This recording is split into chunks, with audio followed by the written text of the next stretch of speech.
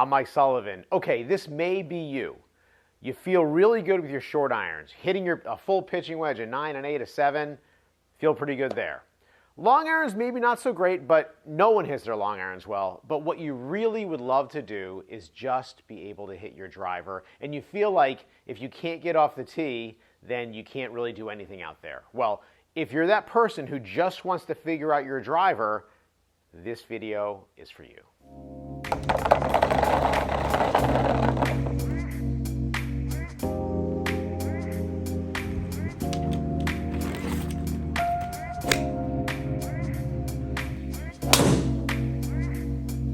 Okay, so here we are. You're playing around in golf. I know this is simulated. You could be inside of a simulator. You've got your driver out. Let's see what happens. Is this what's going on here?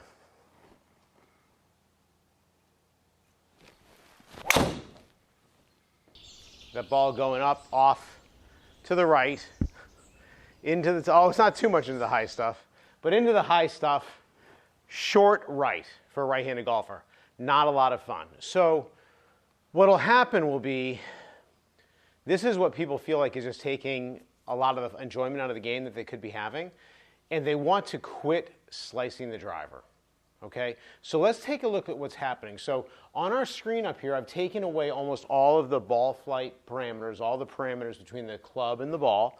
And you can see what I've left is, I've left the club face to path, the club path, and the spin axis over here on the left-hand side. So you can see at the very top number, our face to path, our club face to path, it's wide open. So we have a club face that's 9 degrees open to the path. All right? So when your face is open to the path, for the most part, almost always, the ball is going to move for a right-handed golfer off to the right. It's going to slice. The reason why it slices is that when your face is open to the path, the axis of rotation of the ball, the spin axis, tilts to the right. So if you look down a couple more numbers, you can see the spin axis is 22.5 degrees, and that's a positive number, 22.5 to the right. So as your ball flies off in the air here, if a ball's going to go straight, you're going to have a spin axis like this. It's going to be, if my arms are like the axis, that's a straight shot. So that's the back spin of the ball. So a ball that goes dead straight, that ball is just going straight back on like a 0 degree axis would be perfectly straight unless there's wind. Okay? Well, that spin axis was tilted 22.5 degrees to the right. So that ball is on a spin axis like this. So as that ball slows down, it's going to curve farther and farther and farther to the right. So you may even notice sometimes you hit these drives, they start off great and then they peel off to the right. I know I'm talking all about a right-handed golfer. Sorry to you lefties, okay? All right, now, but Mike, why can't you just help me? Fine, spin axis. Help me get that spin axis to 0, and let's do it with the driver. Well, what I'm trying to show you here is there's a difference based on the loft of the club. So I'm going to hit an 8 iron, and I'm going to do the best I can to hit it with an open club face, and I'm going to try to hit this thing with a club face.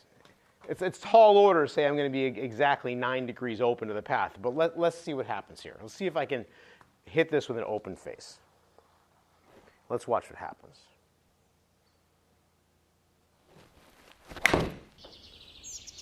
All right, so that one, the face is only 2.3 degrees open. We're going to try another. And if it takes me a lot of tries, we'll edit to the successful one here.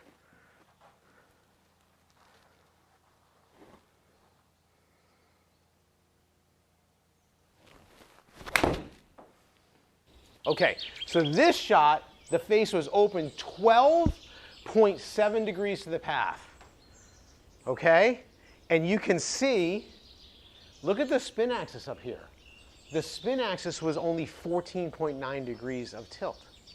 So even though my 8 iron had a club face that was, what, 3 degrees farther open, so 12, like, I don't know, a 33% extra, but it was a lot more open. But I only got 14.9 degrees of tilt on that. So what I'm trying to show you is that the less loft you have on your club, so a driver's got very little loft, the less loft you have on the club, the greater that spin axis is going to tilt if your face is open or closed. So basically, that driver swing that I made, where the face was open 9.7 degrees, something like that, that ball would have been noticeably straighter, if I had used a club with more loft. Okay, so now here's the thing. That was an 8-iron, and it probably went really short because the face was wide open. 138 yards, that's pretty short for me to hit an 8-iron, right? So yes, we want to hit the ball with more of a square face. But what I'd like for you to do is I'd like for you to be able to work on this with shorter clubs. In the meantime, what can you do? So I'm going to go ahead and try to hit a shot with a 4-iron, okay? And I'm going to do the same thing. I'm going to try to just swing away until I get an open face, 9 degrees, 10 degrees, something like that. And let's see what this ball flight looks like.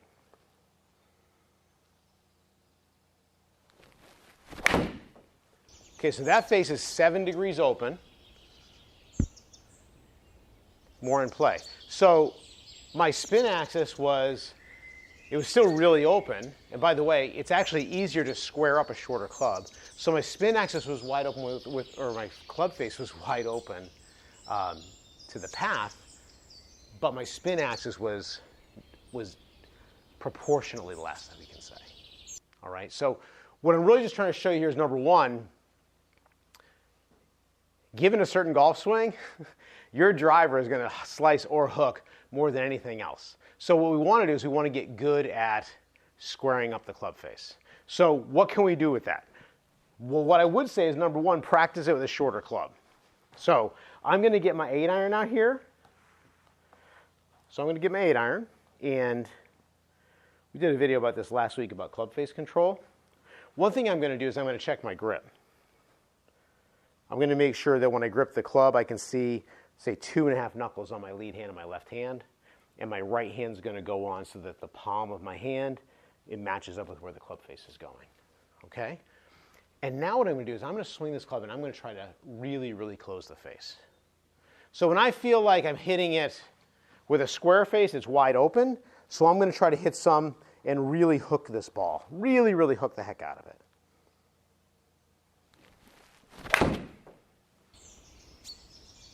Okay? You can see that thing's hooking pretty good to the left. And if I look up at my numbers here, my face was closed to the path, 7.9 degrees. Okay? So I would do that for 5 or 10 minutes. Then I'll say, okay, let's try to hit one straight and let's see what happens. So I'm going to try to hit one more like my normal swing, just what feels straight, and see if I've changed anything.